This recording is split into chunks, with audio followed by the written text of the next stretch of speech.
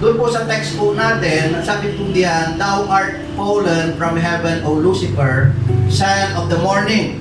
How thou art cut down to the ground. For thou hast said in thine heart, I will ascend into heaven. I will exalt my throne above the stars of God. I will sit above the mount of the congregation in the sides of the north. I will ascend above the heights of the clouds. I will be like the Most High. Yet thou hast brought down to hell, to the sides of the pit." Ng pag-aaralan po natin ay me, myself, and I. Pwede na po tayong umupo. Sa ibang version po ng Biblia, hindi po Lucifer ang ginagamit. Sa King James Version, Lucifer ang kanilang kinuha. Okay? Ito po'y galing daw po sa salitang Latin, nang ibig nilang sabihin ay morning star. So kung titignan niyo po yung ibang version po ng Biblia, ang nakasulat po doon ay morning star. Sabi doon, yung morning star, tala ng umaga, o kaya day star. Sabi nila, hindi daw po ito, alam nila kung ito po ay pangalan o ito ay titulo, o hindi po ito importante. Ang importante, once upon a time, may tala na napakaliwanag doon po sa itaas, ngunit ipinaba siya po ng Diyos. Okay?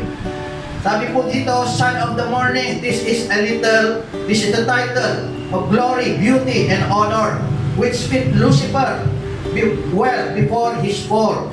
The morning is glorious. So before his fall, Lucifer was characterized by the glory of the morning. So ibig pong sasabihin po ng Son of the Morning, ito po ay nagre-representa po ng glory, di ba? Sa business. Sa business, kapag naka-attend po kayo ng seminar sa business, kahit na hapon na, ang kanilang bati ay good morning pa rin. Parating good morning kasi kapag sa umaga, katulad po nito, ay sumisikat po yung araw. Nakikita po natin ang pag-asa at napakaganda ang pagsikat ng araw. Wala naman sigurong tao na dilim ang kanyang gusto, kundi liwanag ang gusto niyang makita pagkising niya sa umaga, hindi po ba? Okay? So ito po daw, ang isa pong meaning po ng Son of the Morning is bearer of light. So si Lucifer, o anumang star po ito, ay tinatawag po siya po na bearer of light. Angels were called morning stars in the Bible. Okay, kilalanin po natin yung mga anghel. Sa Job 38:4-7, sabi po diyan, "When were you when I laid the foundations of the earth?" Kinakausap po si Job. Si Job po ay isa pong, ang description po sa kanya ng Biblia, isang matuwid na tao sa kanyang panahon. At siya lang po yung nakita ng Diyos na matuwid. Ngunit binigyan po siya ng pagsubok po ng Diyos. Sinubukan po siya para makita kung gaano siya kumikinang sa harapan ng Panginoon. At si Job po ay nakapasa. Pero bilang tao, nag-complain po si Job, kaya kinausap siya ng Diyos.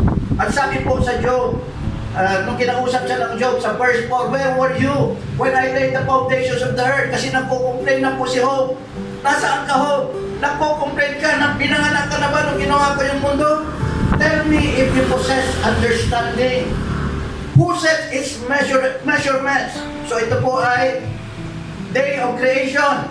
If you know, o who stretched a measuring line across it, sino ang nagtakda? Sino ang naglagay ng mga panukat? Hindi naman talaga panukat yan. Amen? Ang Biblia po ay isinulat figuratively.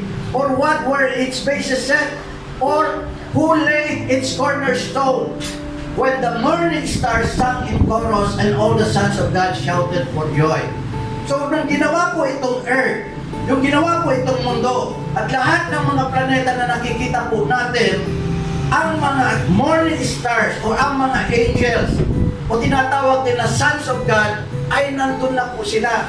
Hindi po kasi minention sa Biblia kung kailan po sila kinreate. Basta, ang sabi ng Biblia, they came from everlasting. Galing sila, hindi sa panahon po natin. Amen? Kinreate sila bago ng mundo po natin. Kaya ang Biblia, bagamat may kapahayagan ng Diyos ang gumawa sa Colossians 1:15-16, "For by Him and through Him all things were created, visible and invisible." So may creation po ng mga invisibles. So ito pong mga anghel, sila po yan. Kung kailan sila kinreate, hindi po natin po alam. Amen? Ang Biblia po ay hindi po nagsasabi. Basta alam natin na maliban sa atin, may mga nilikha po ang Diyos. At sila po ay nandun na nung i-create po ang ating pong mundo, at ang ating mundo ay para sa tao. Amen? Kaya kinreate yung araw, hindi naman para sa kanila, para sa atin po. Lahat ng nakikita po sa natin ay para sa tao.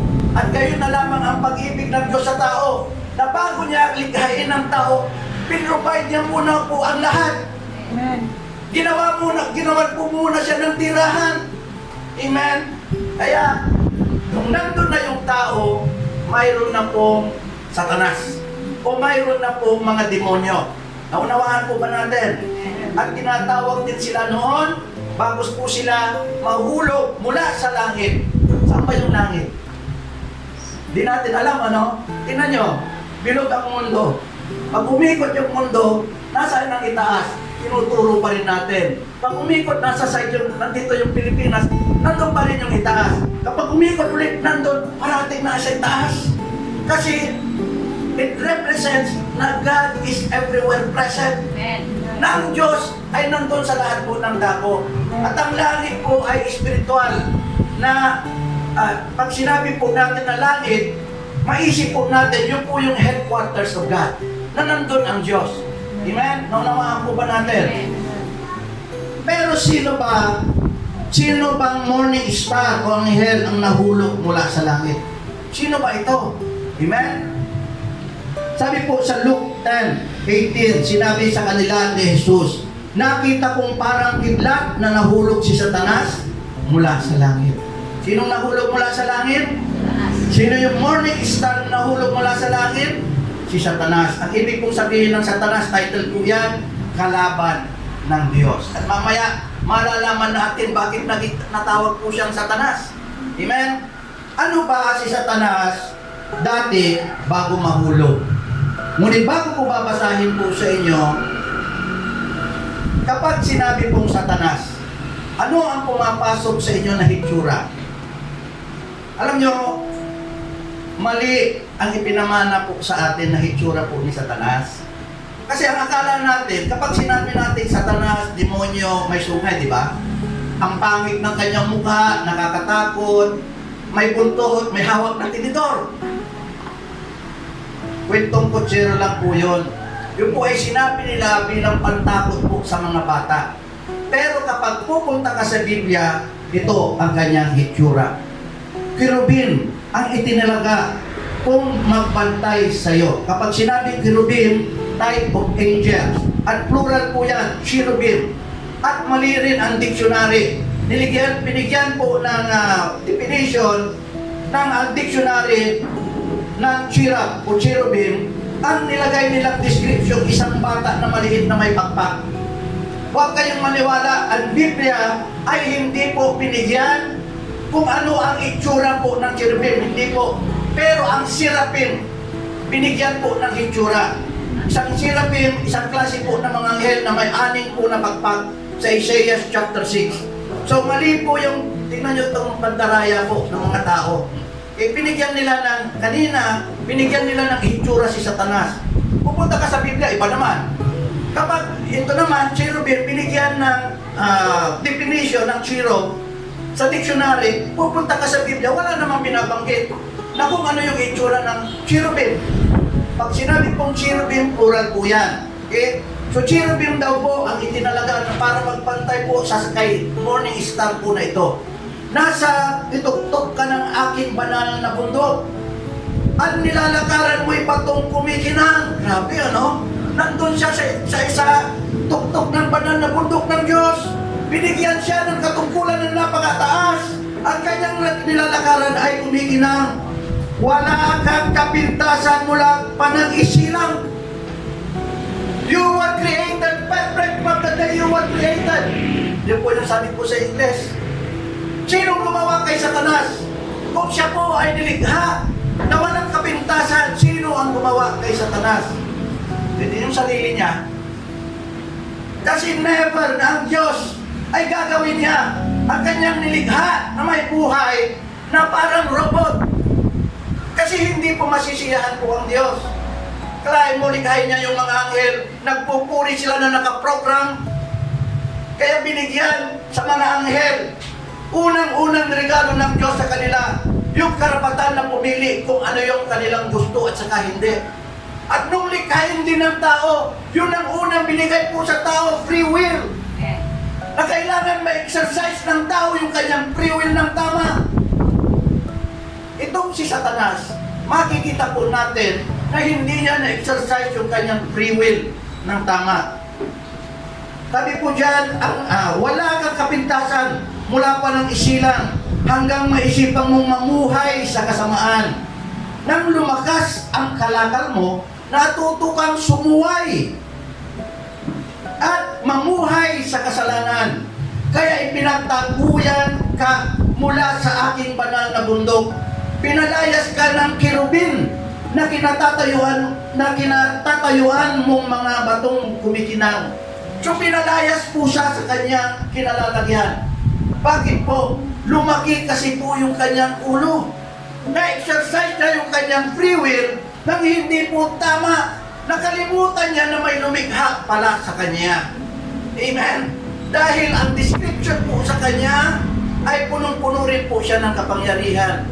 At ang sabi po ng Biblia, 1/3 ng angels ang kanyang pinapamahalaan. So sa langit, may government po sa langit. Amen? Naniniwala po pa kayo doon. At ang sabi po ng Isaiah 9:6, patungkol po kay Jesus Christ, and for us a son is born, a son is given, and the government shall be upon his shoulder. Kapag sinabing government, may namumuno na nandun sa istaas, sa pinakamataas na mumuno, at mayroong tinatawag na tama ba yung English ko? Stratification o hierarchy of position.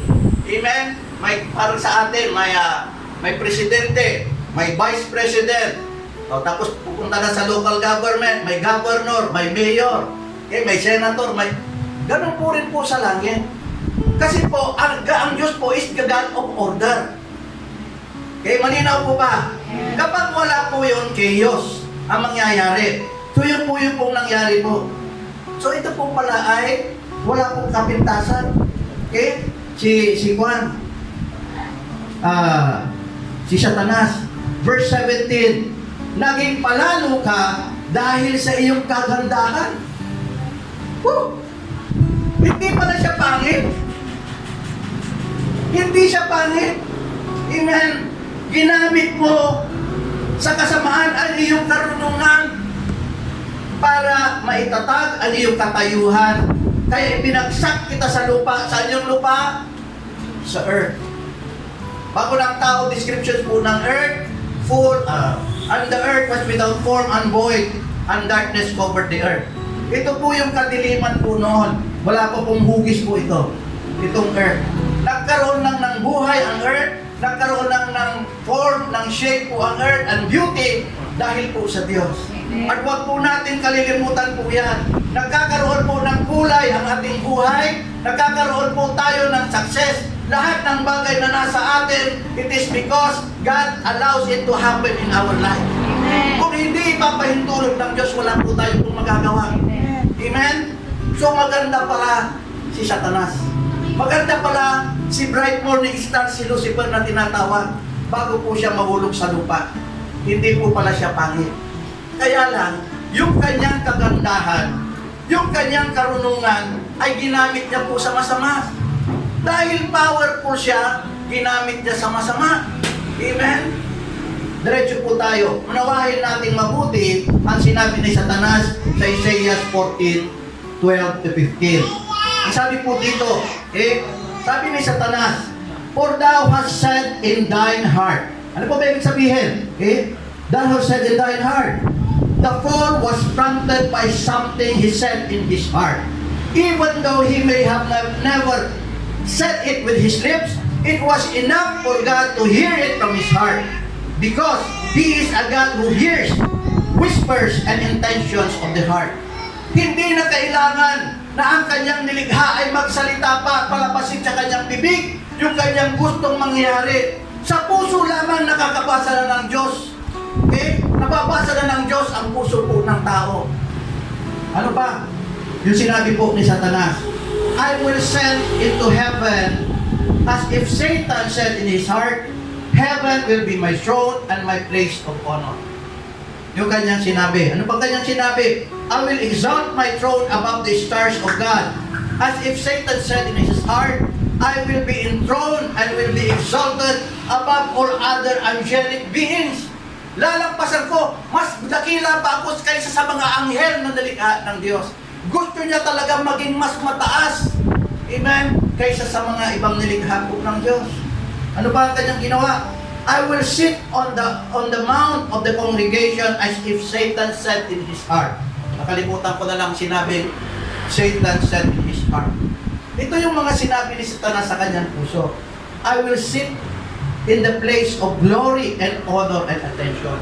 So gusto niya po ng glory, gusto niya po ng honor, at gusto niya po ng attention. So ito po si Satanas. Amen? Ano ba? I will ascend above the heights as if Satan said in his heart, I will continue to rise even in heaven until all see me in my bright shining glory. Grabe po, ano? Talagang gusto ni Satanas pakilala. Amen? Ano pa?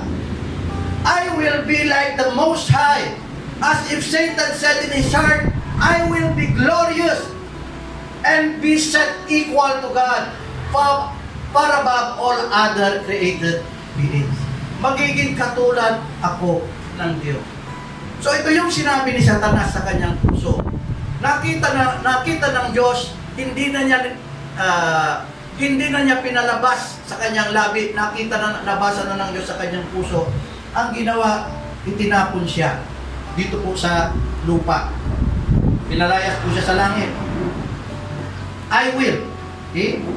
Ibig sabihin, the pride, the grasping selfish ambition, the self-will is powerfully expressed in 5 I statement. 5 beses niyang sinabi ang I will. Amen? Ano ba sa Tagalog?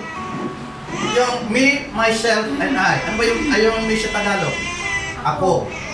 Ano yung myself? Ha? Ako rin. Ano yung I? Ako. So, ibig sabihin, si Satanas, ako. Amen? Dapat ako talaga. Yung po yung si Satanas. Ayaw siyang pumayag na hindi siya maitaas, hindi siya magkaroon ng glory, hindi siya magkaroon ng honor at atensyon. Gusto niya, siya ang nasa itaas na katulad ng Diyos. Amen? This is the essence of self-focused and self-obsessed life. Ito daw po yung kalugan po nito ay nakapokus lang ay yung sarili sa iyo at doon lamang sa gusto mo. Amen? Sa iyong buhay. So what does me, myself, and I mean? Me, myself, and I is a term that people say when they only care about themselves. Everything is all about me, myself, and I. Therefore, I deserve everything that I have without recognizing the help of others, especially the help of God, giver of everything that is good. So me, myself, and I, ito po ay isang makasariling kasapihan. Na wala namang pakialam yung iba kaya nagkaroon ako ng success Hindi naman talaga sila nanalangin para sa akin. Hindi naman sila talaga nakatulong sa akin. Matalino kasi ako. Malakas kasi ako. Makapangyarihan kasi ako. Madiskarte kasi ako. Amen? So dinidisregard niya ang lahat ng uri ng tulong. Maski tulong na nagmumula po sa Diyos. To a deeper meaning, it is a self-glorification because of earned success, beauty, power, wisdom, fame, and others. Amen? Kaya hindi na po tayo magtataka yung mga scientists. Alam niyo ba yung mga scientists? Nagre-research lang ng mga yan para disprebahan na mayroong Diyos. Kasi yung sabi nila, when all questions are answered, it will prove that there is no God. Kapag lahat na daw ng katanungan nila ay nasagot, magkakaroon sila ng konklusyon na wala naman talagang Diyos. Kailan ba nagiging mayabang ang tao sa harap ng Diyos? Sa harap ng Diyos. Number 1, kapag hindi kinikilala na sa Diyos galing ang lahat ng bagay na mabuti. 1 Corinthians 1:29-30. Kaya walang sino mang makapagmalaki sa harap ng Diyos. Sa Kanya nagmula ang buhay na taglay ninyo. Amen?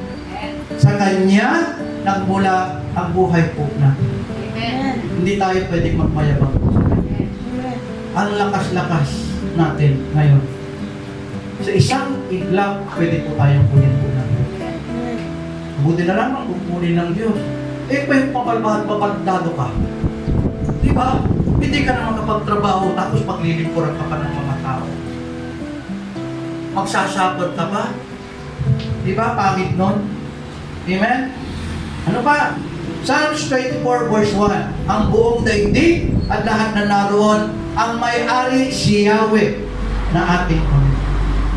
So everything that we have, yung talino natin galing sa Diyos yan. Yung lakas natin galing sa Diyos yan. Yung itinatamid natin galing sa Diyos yan.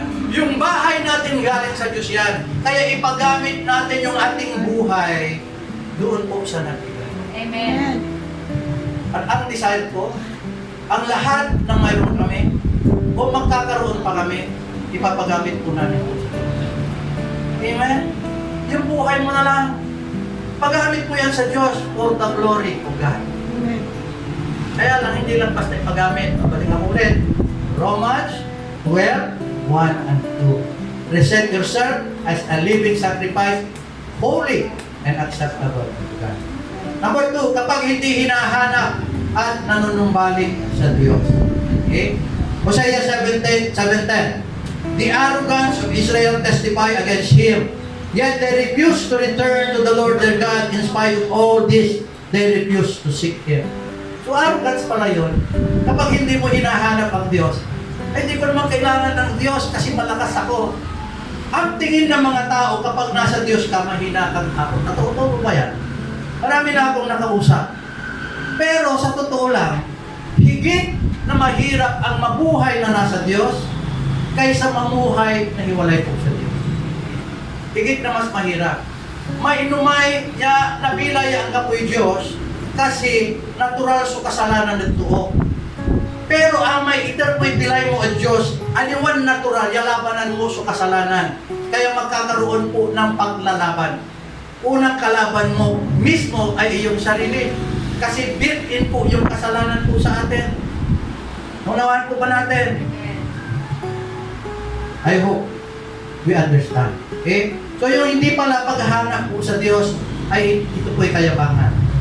Yung hindi panunumbalik sa Kanya, hindi kayabangan. Parang tila baga, hindi ko naman kailangan ng Diyos. Ano po ba yung preaching ni Pastora nung nakaraan? Tayo ang nangangailangan sa Diyos at hindi ang Diyos ang nangangailangan sa atin. God remains God kahit na walang tao. Pero ang tao na walang Diyos, ang tingin ng Diyos po sa Kanya, siya ay miserable, siya ay pulubi, gaano man po siya kayaman. Nasa aklat po ng Revelation. You say you are rich, but I tell you, you are naked. You are poor. You are poor, sabi po ng Diyos. Sabi ng Diyos, pumunta ka sa akin at pumili ka ng ginto na kumikinang na nagmumula sa akin. Sabi ng Diyos. Amen? Ano pa? Kapag pakiramdam ng isa ay hawak niya ang kanyang bukas. James 4:15 and 16. Sa halip ay sasabihin ninyo, kung lulubin ng Panginoon at nabubuhay pa kami, gagawin namin ito iyon. Ngunit kayo'y nagmamalaki at nagmamayabang at iyan ay masama. Sa verse 14, hindi ko na po sinama. Mas po yung mga Israelita, sabi nila, gagawin namin ito, gagawin namin yan. Hindi nila sinasabi na kalooban ng Diyos. Parang hawak nila yung kanilang buhay. Kapag mayroong tayong plano, sasabihin po natin sa atin kung kalooban ng Diyos. Amen. Kung kalooban ng Diyos. Bakit? Hindi mo kasi alam yung bukas. Amen? O, conclusion na po tayo. Palapakan po natin po yun. Nakita po ba? Sabi po ng 1 Corinthians o unang Corinto 1:31. Kaya nga, tulad ang nang nasusulat, ang sino mang nais magmalaki, ang kapagmalaki niya ay ang ginawa